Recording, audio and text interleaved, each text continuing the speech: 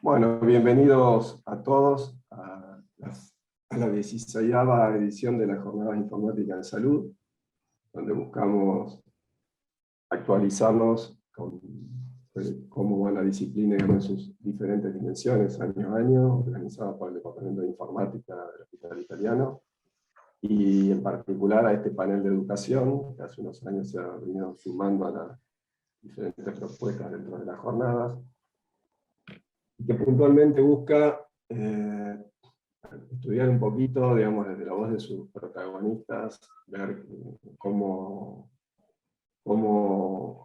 ha sucedido, transcurrido en estos ya 2 años de pandemia, la educación básicamente de las competencias profesionales y habilidades en aquellas carreras tecnológicas que le dan sustento por el tecnológico duro a la informática en salud en particular, como pueden ser aquellas carreras como las ingenierías de sistemas, las licenciaturas en sistemas, programadores, y otras disciplinas que en los últimos años han pasado a formar parte, digamos, de las fuentes de datos y de tecnologías que la informática en salud necesita para tener una visión analítica del paciente y su problemática, como son, por ejemplo, disciplinas como la bioinformática, la genómica, la bioingeniería.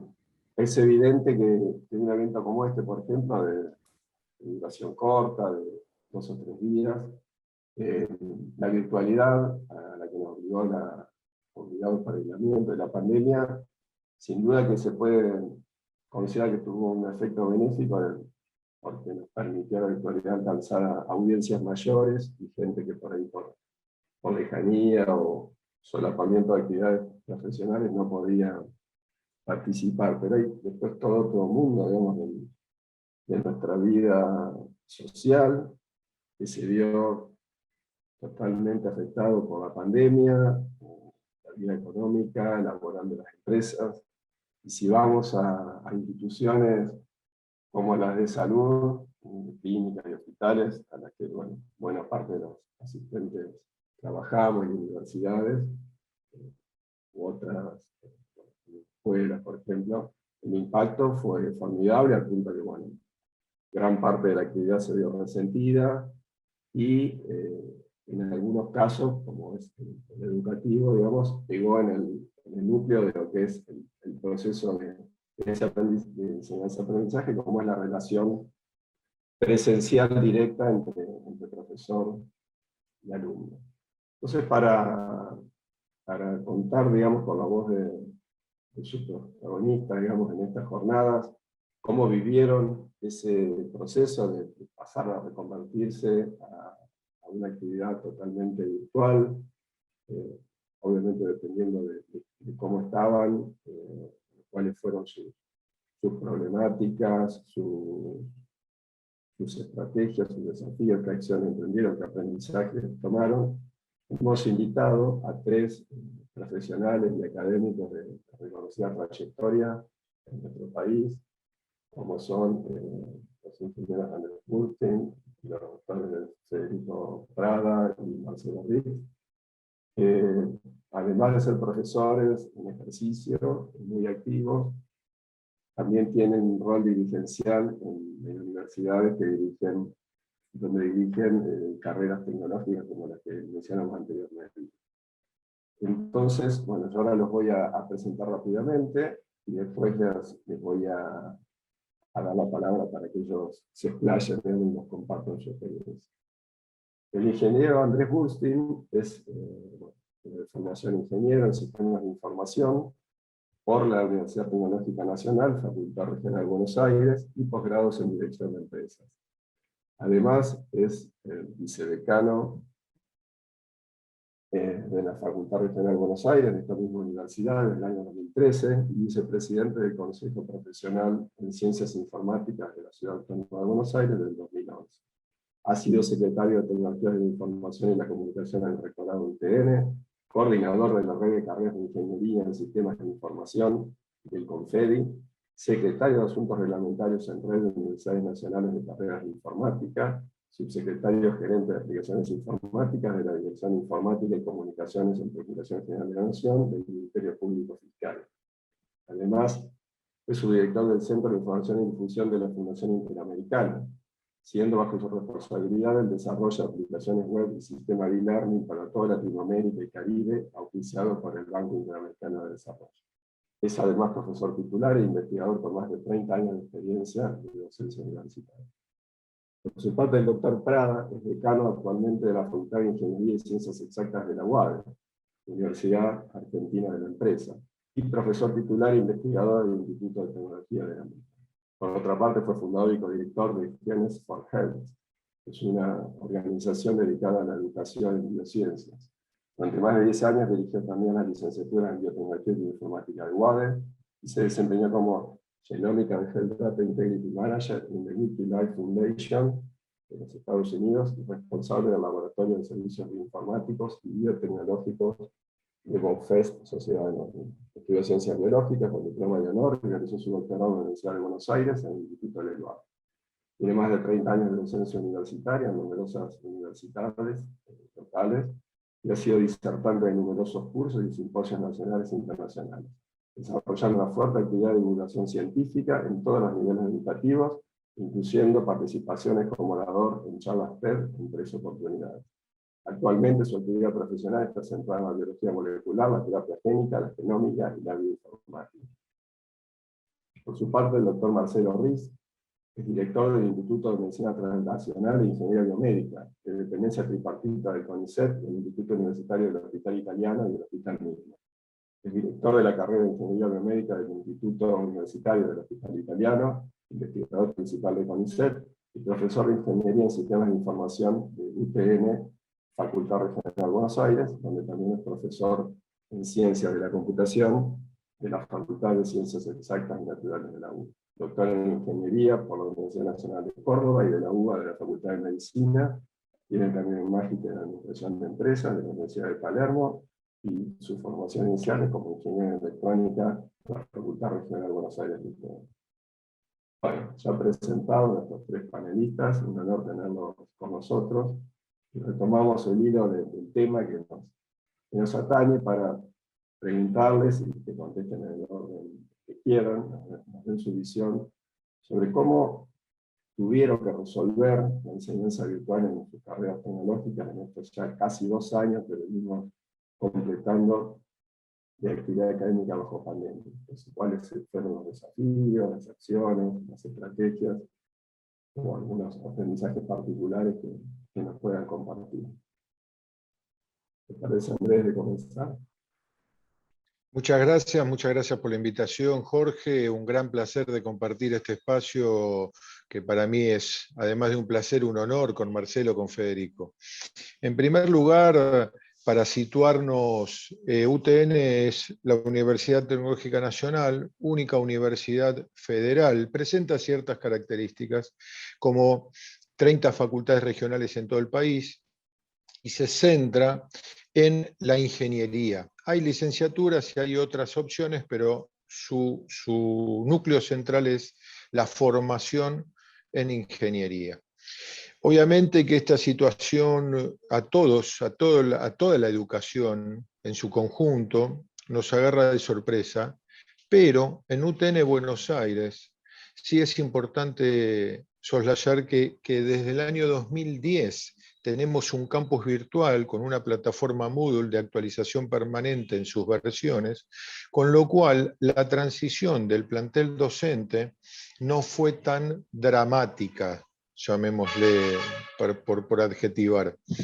Teníamos que sí resolver aspectos de recursos didácticos y pedagógicos en una población en la que obviamente hoy en día sí se trabaja con nuevas tecnologías, pero tomamos una decisión después de haber hecho una investigación, pero rápidamente en marzo del 2020 pudimos dar respuesta.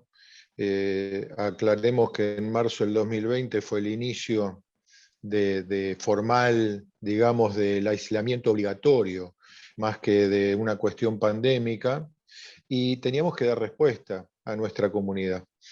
Principalmente, como les decía, hicimos una evaluación y teníamos que, en primer lugar, dar respuesta didáctica y pedagógica. Después, obviamente, estaba también todas las tareas administrativas, de investigación, y decidimos concretamente trabajar con una solución de Google, que es Google en ese momento era Google for Education, una solución gratuita, muy pero muy potente, y utilizamos G Suite para centros educativos, en donde obviamente teníamos la posibilidad de tener canales especializados en YouTube, que dimos actualización y cursos, un calendario integrado a las soluciones con Google Drive y herramientas para procesar documentos, planillas, presentaciones, formularios, escaneo, imágenes, todas las herramientas que son fácilmente reconocibles, digamos, para el trabajo colaborativo, pero una particularidad, teníamos espacio ilimitado. Otra particularidad es que teníamos acceso a pizarras electrónicas compartidas con Google Jamboard, no se necesitaban las pizarras electrónicas, digamos, de la tableta digitalizadora, aunque muchos docentes, más de la rama de la matemática, para hacer gráficas, realmente sí, son muy prácticas. Después, hemos dado cuentas de correos electrónicos institucional con el @FRBAuteneduar y personalizada para todos los miembros de la comunidad, también con espacio ilimitado. Videoconferencias con Google Meet, con creación ilimitada de reuniones, en ese momento con salas de hasta 250 participantes, lo cual también nos permitía hacer capacitaciones docentes masivas y con también la particularidad de grabación completa e ilimitada en tiempo. Esa dimensión de la solución para ponernos en situación, alcanzó una población de 1.500 docentes, 400 no docentes, 14.000 estudiantes activos, y también, para tomar dimensión de la solución, dio respuesta a más de 1.500 cursos de grado. Estoy separando lo que es extensionismo, porque en extensión tenemos más de 5.000 cursos activos, y donde la cantidad obviamente de inscripciones únicas, asignaturas, han superado notablemente los 100.000 registros, tanto sea para el ciclo lectivo 2020 y el 2021.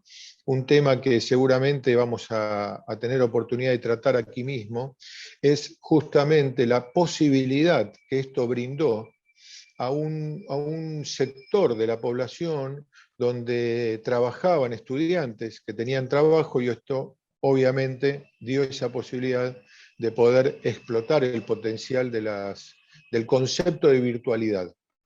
Ahora después voy a ir a aclarar un poquito más. Pero también nos dio la posibilidad de hacer capacitación docente, principalmente en actualización de herramientas didácticas y también pedagógicas, y en particular un gran desafío que seguimos trabajando, que es la evaluación. La evaluación amerita un capítulo aparte, porque es el desafío de la educación en sí misma. ¿Cómo se evalúa? ¿Qué se evalúa?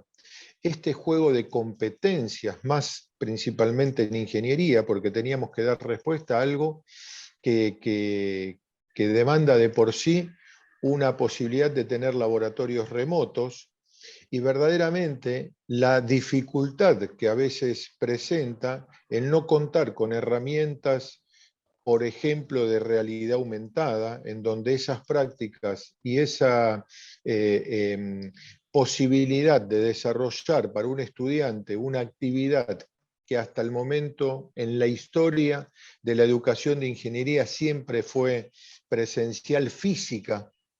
¿Por qué digo y aclaro esto? El compartir en un espacio físico, porque para nosotros estas son distintas definiciones, pero esto que estamos en este momento es presencial.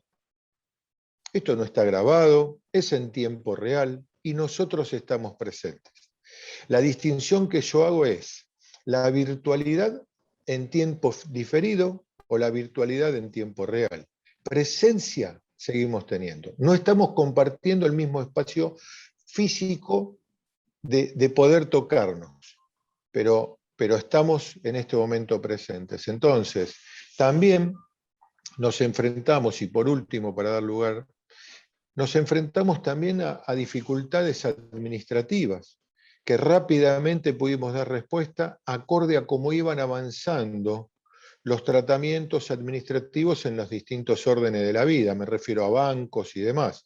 El personal tenía que seguir cobrando, los estudiantes necesitaban respuesta ante determinadas situaciones que se daban en donde la exigencia todavía del papel se daba, cosa increíble, porque obviamente apareció la transformación digital en el medio que aceleró necesidades y procesos, es decir, aceleró el tener que dar respuesta a la ciudadanía de manera digital.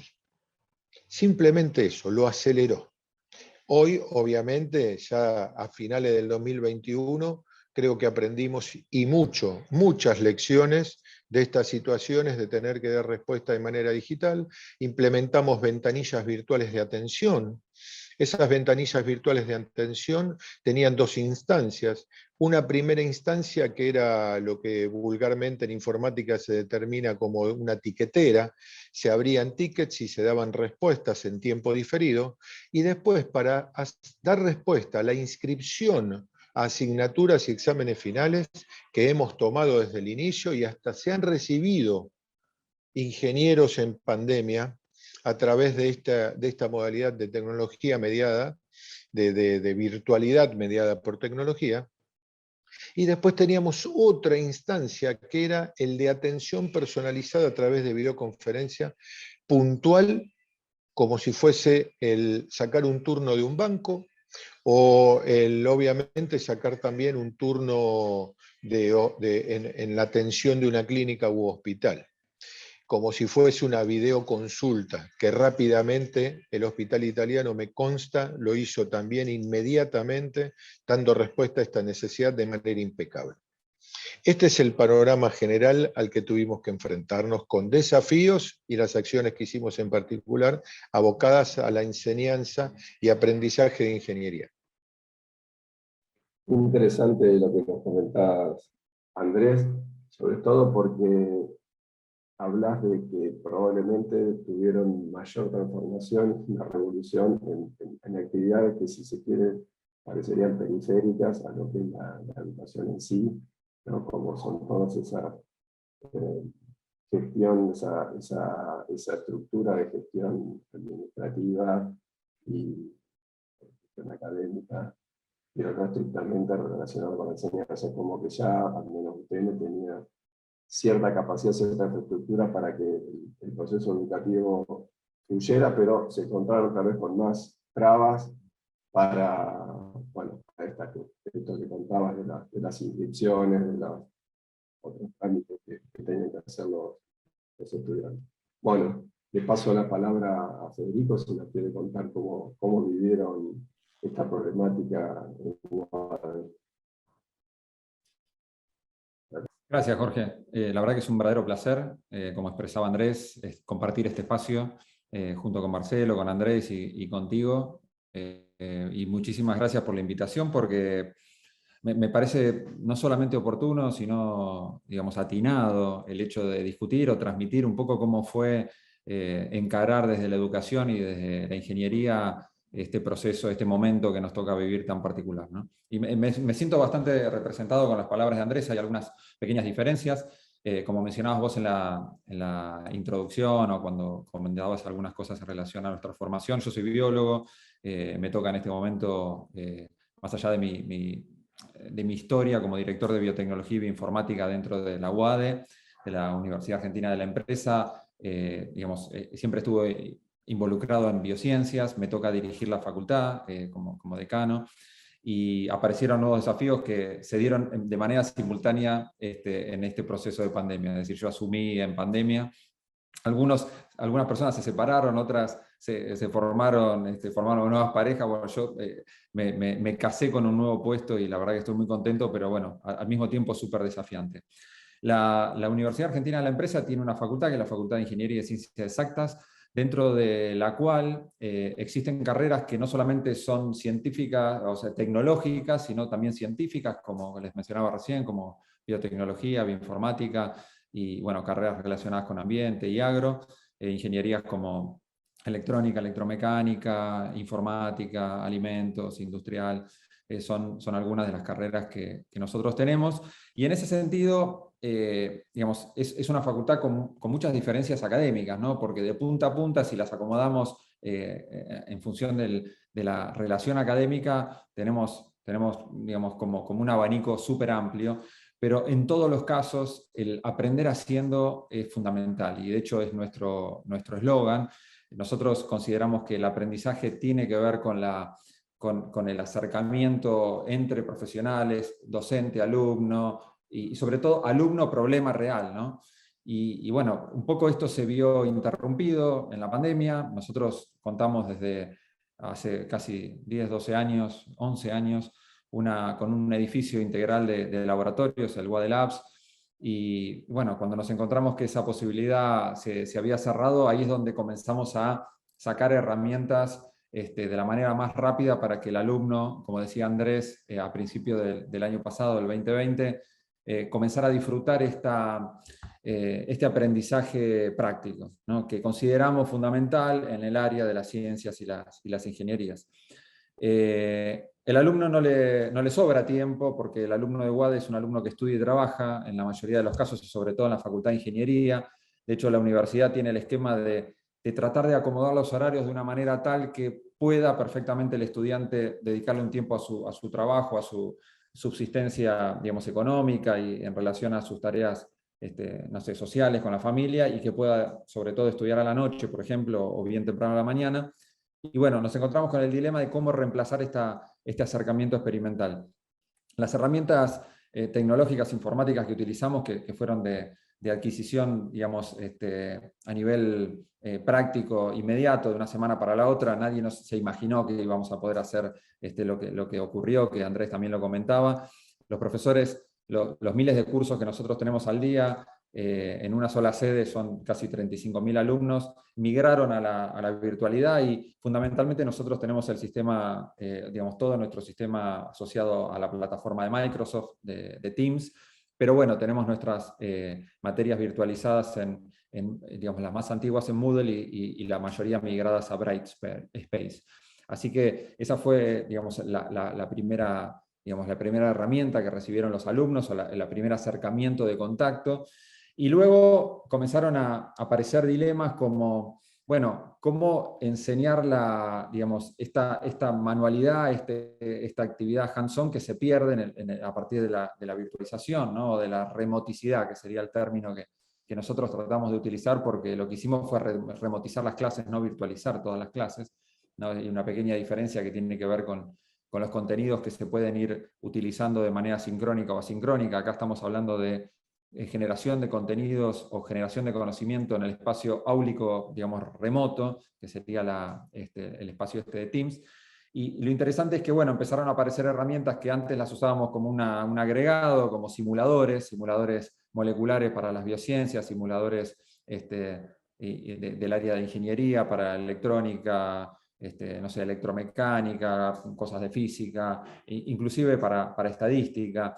La verdad que fue muy útil, ¿no? Incorporar simuladores, pero somos como muy extremistas en cuanto a la necesidad de la presencialidad. Entonces, siempre que a lo largo de este año y medio tuvimos una ventana que a nivel Ministerio de Trabajo, digamos, las pasantías siguieron, digamos, existiendo, ¿no? Por eso decía Ministerio de Trabajo, pero Ministerio de Salud, Ministerio de Educación, siempre que existió una ventana, tratamos de darle la oportunidad al alumno de que vuelva a los laboratorios en primera instancia, que eso ocurrió con uno de los decretos de necesidad de urgencia, digamos, se volvió atrás con el último decreto de necesidad de urgencia de mayo, pero habíamos abierto las actividades prácticas, y creo que en el año pasado también había habido una pequeña ventana para actividades prácticas. Siempre tuvimos alumnos, pero digamos, en una cantidad terriblemente baja, porque imagínense que pasar de tener, no sé, un trabajo práctico de 30 personas a tener 3 en el laboratorio era extraño, pero eso permitió, digamos, no perder el contacto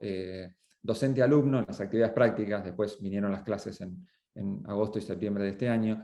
Y bueno, y en parte intentamos suplir ese fuego o ese espíritu de generación de conocimiento que genera la presencialidad, ¿no? Es verdad lo que dice Andrés. En definitiva, uno genera un espacio que trata de que sea, digamos, real, ¿sí? No digo presencial, pero real, pero a través de una cámara. Y bueno, nosotros buscamos la oportunidad de la presencialidad en cada uno de los espectros o los momentos, las ventanas temporales que la situación pandémica social nos lo fue permitiendo. Comenzamos a trabajar con trabajos integradores, mucho más integradores de lo que solíamos llamar trabajo integrador, para que el alumno pueda no solamente digamos, elaborar digamos, contenidos o conclusiones, es como los famosos problemas abiertos de ingeniería, ¿no? Pero en formato de trabajos prácticos integradores. Eso sirvió, vino bien el año pasado, fue como una herramienta más que bien asimilada. Otra cosa que ocurrió y que nos permitió suplir un espacio o un acercamiento con los alumnos en lo cotidiano fue acercar a otros alumnos del mundo, es decir, la internacionalización se convirtió en una herramienta o una posibilidad, digamos, no solamente abierta, sino muy recurrente y muy aprovechada por los alumnos. Comenzamos a trabajar con actividades remotas tipo COILS, de generación de contenidos y discusión de trabajos teórico-prácticos con otras universidades del mundo. Eso verdaderamente fue positivo, fue un empuje que nos dio el espacio pandémico o la situación pandémica para mejorar un poco la llegada de nuestros alumnos y nuestros profesores al resto del mundo y viceversa. Y bueno, y el 2021 vino con un agregado, ¿no? Que es los alumnos, lentamente, gran parte de los alumnos querían volver a la presencialidad. Tuvimos un ingreso de alumnos que tuvieron su último año de secundaria, digamos, completamente remoto, y eso generó desafíos en relación a los conocimientos básicos, ¿no? O sea, notamos que hay un ingreso de alumnos 2021 con un nivel promedio más bajo o con una capacidad de reacción, una capacidad de asimilación, con una cintura académica o de aprendizaje mucho más limitada que otros años, y eso nos preocupó. Eso, digamos, nos llevó a generar espacios de consulta, de acercamiento con profesores fuera del aula, bueno, en primer lugar remoto y después presencialmente en este segundo cuatrimestre, pero creo que nos va a costar a nivel sistema educativo volver a reflotar digamos, el ingreso tal cual lo teníamos. No digo que el secundario generaba todo lo que se necesitaba a nivel universitario, sobre todo en una facultad de ingeniería, pero sí comenzamos a plantearnos la necesidad de hacer un ajuste, por lo menos a aquellos alumnos que habían terminado su secundaria, su nivel medio de educación en un tiempo pandémico. Y en relación a lo que nos preguntaba Jorge, nos planteaba Jorge del futuro, y para ir terminando, digamos, con esta pequeña exposición, yo creo que el aumento de herramientas o las herramientas digitales que llegaron, o la transformación digital que sufrimos en el aula durante el 2020 sobre todo, y bueno, en este último aprendizaje del 2021, definitivamente llegó para quedarse. Esas herramientas van a seguir estando, van a seguir modificándose, van a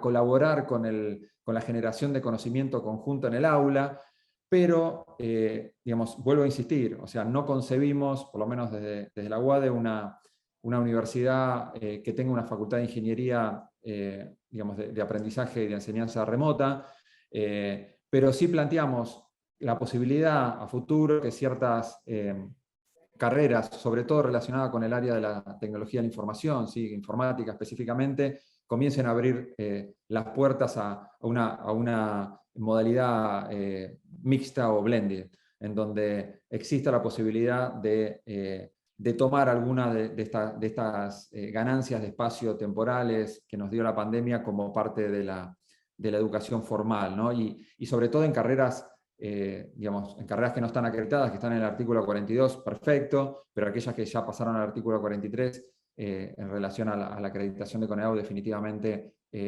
digamos, es mucho más desafiante, y bueno, es a mediano o largo plazo el cambio que estoy proponiendo. Pero repito, somos desde UADE y desde la Facultad de Ingeniería, acérrimos defensores de lo que gana el alumno frente a un profesor en el laboratorio, en el taller de informática, en ciencia de los materiales, por mencionar en cultivos celulares, ¿sí? O ingeniería de tejidos. O sea, necesitamos eso para la formación integral del alumno y para verdaderamente mantenerlo no solo motivado, bajar la deserción, sino formar profesionales como nos gusta hacer y pensar, listos para ingresar al mundo real y resolver los problemas que la sociedad, digamos, habitualmente tiene o plantea a la academia que tiene que resolver.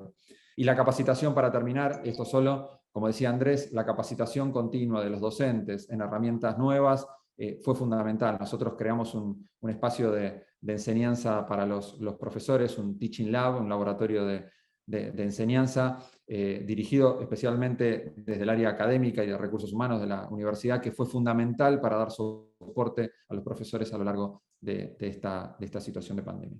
Así que bueno, un poco este es el panorama y por supuesto, digamos, abiertos luego cuando termine Marcelo su exposición a consultas, preguntas o debatir alguno de los temas que charlamos.